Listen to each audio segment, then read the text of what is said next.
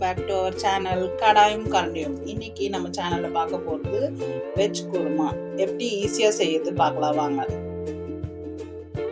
அதுக்கு முதல்ல தேவையானது 2 பெரிய வெங்காயங்க, 2 பச்சை மிளகா, 1 தக்காளி,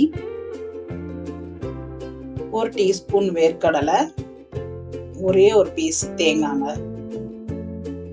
இது எல்லாத்தையும் நம்ம அரைச்சி எடுத்துட்டு வந்துடலாம். தேங்காய் வேர்க்கடலை மட்டும் தனியா அரைக்க போறோங்க.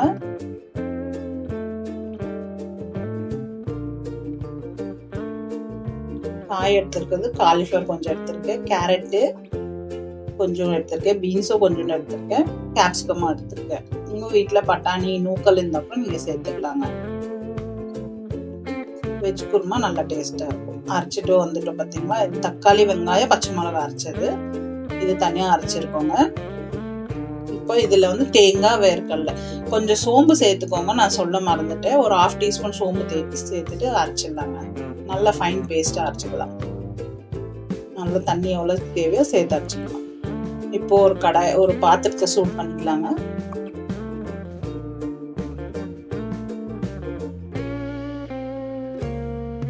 அதுல ஒரு 1/2 டீஸ்பூன் எண்ணெய் சேர்த்துக்கலாங்க.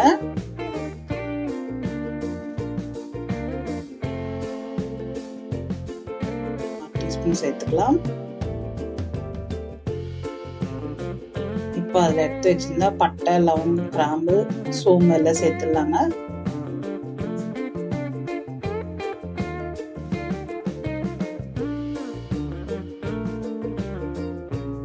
நல்லா பொரிஞ்சோன்னே நம்ம அரைச்சி எடுத்து வச்சிருந்தோம் இல்லைங்களா தக்காளி வெங்காயம் பச்சை மிளகா அதை சேர்த்துக்கலாங்க.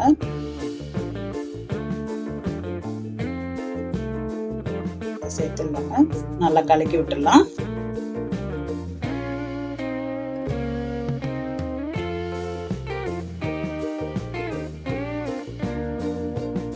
ஒரு 1.5 டேபிள் ஸ்பூன் இஞ்சி பூண்டு சேர்த்துக்கலாங்க.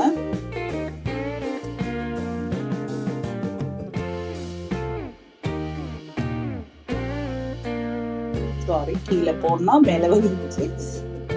நானே வந்து கேமரா பிடிச்சிட்டு பண்றதால எனக்கு சரியா வரலங்க. கேமராமேன் ரொம்ப பிஸியா இருக்காரு படிக்கிற விஷயத்துல. அதனால இன்னைக்கு நாளைக்கெல்லாம் ஃப்ரீயா இருப்பாங்க. கொஞ்சம் அவங்க இருப்பாங்க. தப்பா இருந்தா மன்னிச்சிருங்க. கேமரா ஒரு கையில பிடிச்சிட்டு எடுக்க கொஞ்சம் கஷ்டமா தான் இருக்குது.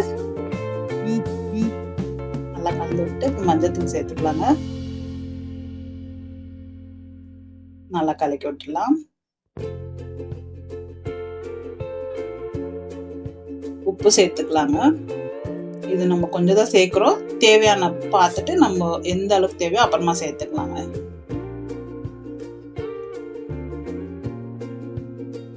இப்ப காய் சேர்த்துக்கலாங்க. பீன்ஸ் முதல்ல போட்டுருங்க. ஒரு வதக்கிட்டு கேரட்டை சேர்த்துக்கலாங்க. கேரட்டையும் நல்லா வதக்கி விடலாம். காலிஃப்ளவரை சேர்த்துடலாம்.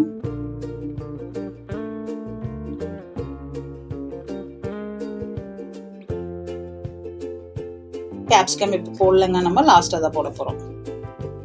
நல்லா கலக்கி விட்டுருங்க.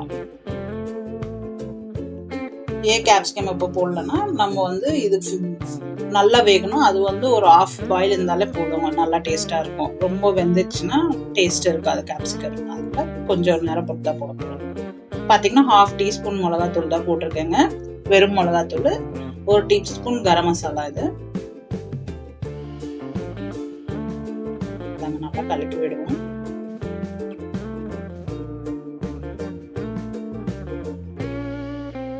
இப்போ ஒரு டம்ளர் தண்ணி ஊத்திக்கலாங்க.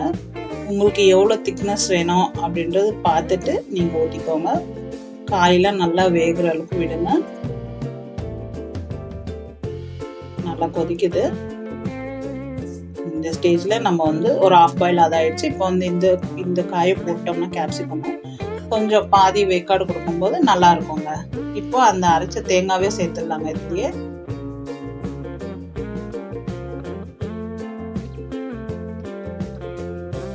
நல்லா கலந்து விடுங்க. நல்லா கலந்து ஒரு கொதி வரட்டோங்க. மூடி வச்சுட்டு வேக வச்சுட்டு அதுக்கப்புறம் கொதி வரட்டோன்னு விடுங்க. பார்த்தீங்கன்னா நல்லா கொதிச்சிருச்சு. இப்போ இந்த ஸ்டேஜில் கொத்தமல்லி ஆட் பண்ணிக்கலாங்க. ஆட் பண்ணிட்டு ஸ்டவ் ஆஃப் பண்ணிடலாங்க. அவ்வளோதாங்க, நம்ம சூப்பரான வெஜிடபிள் குருமா ரெடி. இது வந்து சப்பாத்தி, தோசை, இட்லிக்கு எதில் வேணால் சாப்பிட்டுக்கலாங்க. ரொம்ப சூப்பராக இருக்கும். தேங்க்யூ.